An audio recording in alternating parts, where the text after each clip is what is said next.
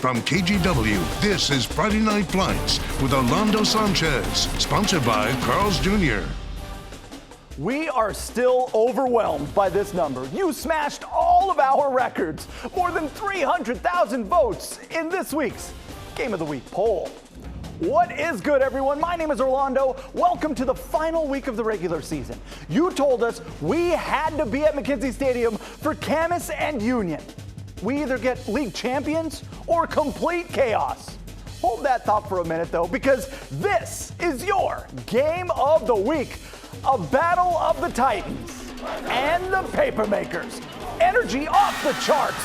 A salute to all the students from both schools.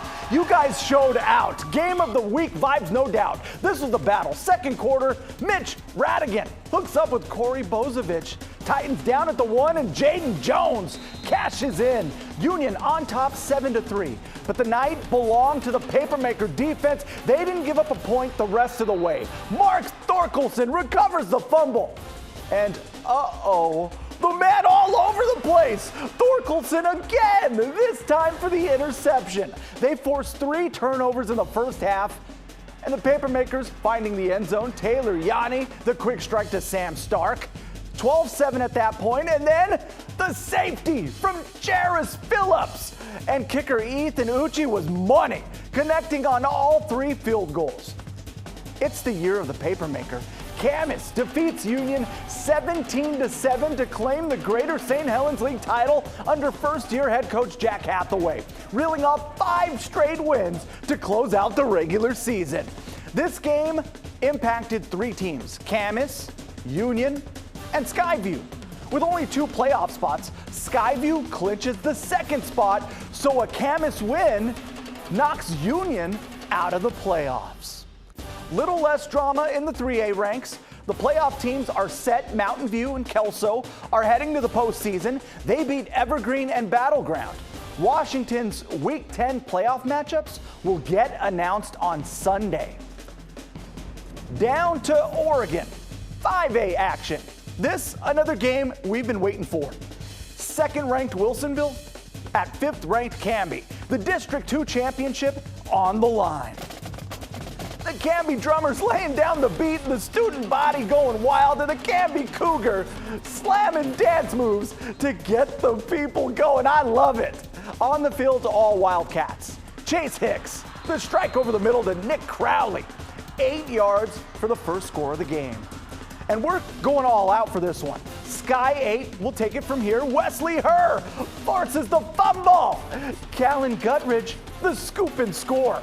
These dudes are a problem for offenses. Wilsonville up 14-zip. Then the Wildcats go with the trick. The fake field goal. Jack Johnson to Judah Lesh, 23 yards for the touchdown. Wilsonville defeats Canby 38-12. They finish 9-0 as District 2 champs.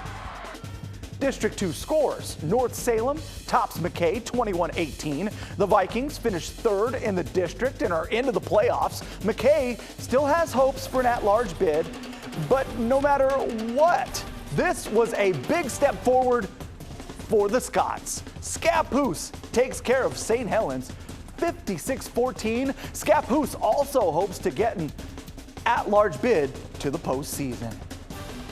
Let's talk about the Three Rivers League. Crosstown rivals facing off. 5th-ranked Lake Oswego visiting 10th-ranked Lake Ridge in the annual battle for the lake. And the visitors went to work. Jack Lane, you know what time it is. Over the shoulder to Justice Lowe. Lakers up 21-0. Lake Ridge responds. Ryan Oliver, what's poppin'? House call. Lake Ridge on the board.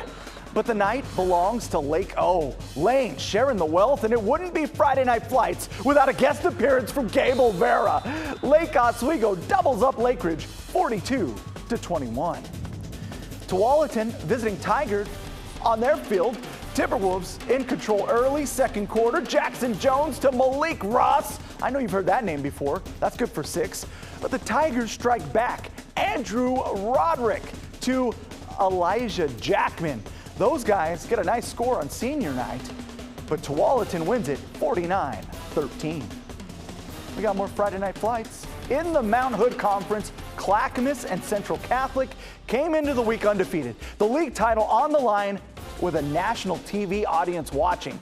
Dun-dun-dun, dun-dun-dun, ESPN in the building. We open things up in the second quarter, and it is showtime. The dynamic duo of Crew Newman, get off me, and Riley Williams shining under the Friday night lights. This a 75-yard touchdown, 7-0 Central Catholic. Blake Baker, the playmaker, he's got something up his sleeve. 48 yards to KJ Johnson Gibson. That's how you move the chains. And it set up Brody Crowley, who punches it in from 4 yards out. We're all tied up. But guess who's back again? Newman and Williams, 38-yard connection. The man is 6'7". Dude is a cheat code. And that was with no time left in the half. Third quarter, Rams on the ground. Ellis Bynum, the man would not be denied. Got him. Rams remain undefeated. Final count 38-20. Central Catholic, kings of the Mountain Hood Conference. More Mountain Hood scores for you. Sandy beats David Douglas 48-7. They finished third in the Mountain Hood. They earn a playoff spot. David Douglas must wait for an at-large bid. So will Barlow. They beefed up their resume with a 49-14 win at Centennial. To the Metro League, Jesuit and Westview, they're in the playoffs. Sunset and Mountainside battling for third place. The Apollos get no easy task on the road at Jesuit. Sky 8 with the views above Cronin Field. We pick up the action in the third quarter. Textbook Crusader football. Michael Rincon gets loose. 74-yard pickup. Just like that, Jesuit in the red zone. And they're not leaving without points. Time to eat. Jacob Hutchinson connects with Spencer McKilligan. That caps off the drive. Jesuit gets revenge for a loss back in the spring with a blowout win. 42-0 your final. Mountainside had no problems with Aloha. After a rough start to the season, the Mavericks rebound for a winning season and clinch a playoff spot. Look out.